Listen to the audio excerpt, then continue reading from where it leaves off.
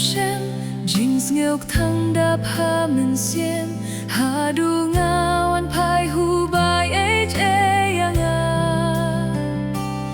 O nga shem jing suk pilla Ngala ai ti lut shisha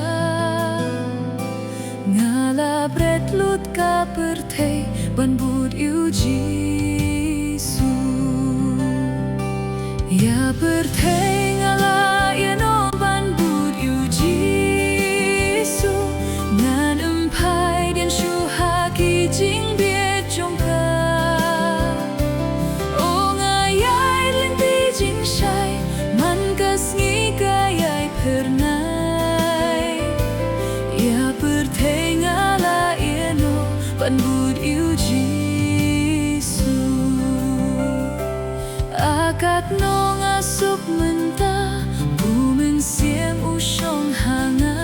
Namar ngabang ban leh kamon jong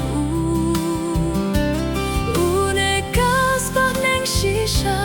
Upen tiang lenti jong nga Ya perthei ngala iano ban bud iu Jisu Ya perthei ngala iano ban bud iu Jisu Ngan empai dian shu haki jing biet jong ka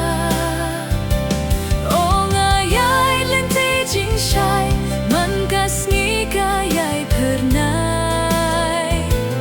Ya perthei ngala iano ban bud iu Jisu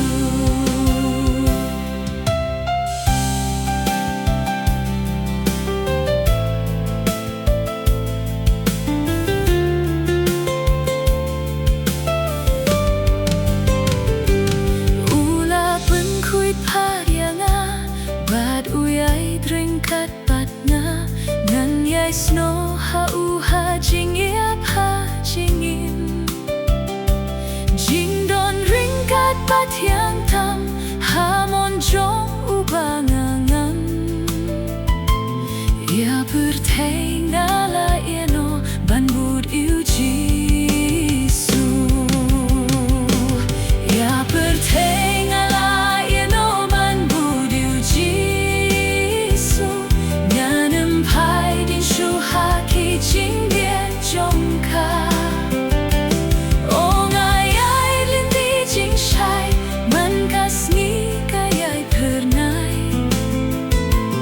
Ya perthei ngala iano ban bud iu Jisu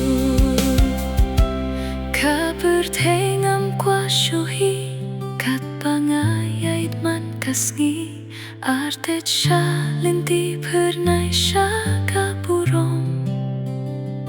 Shen ngan yo ka jing suk neng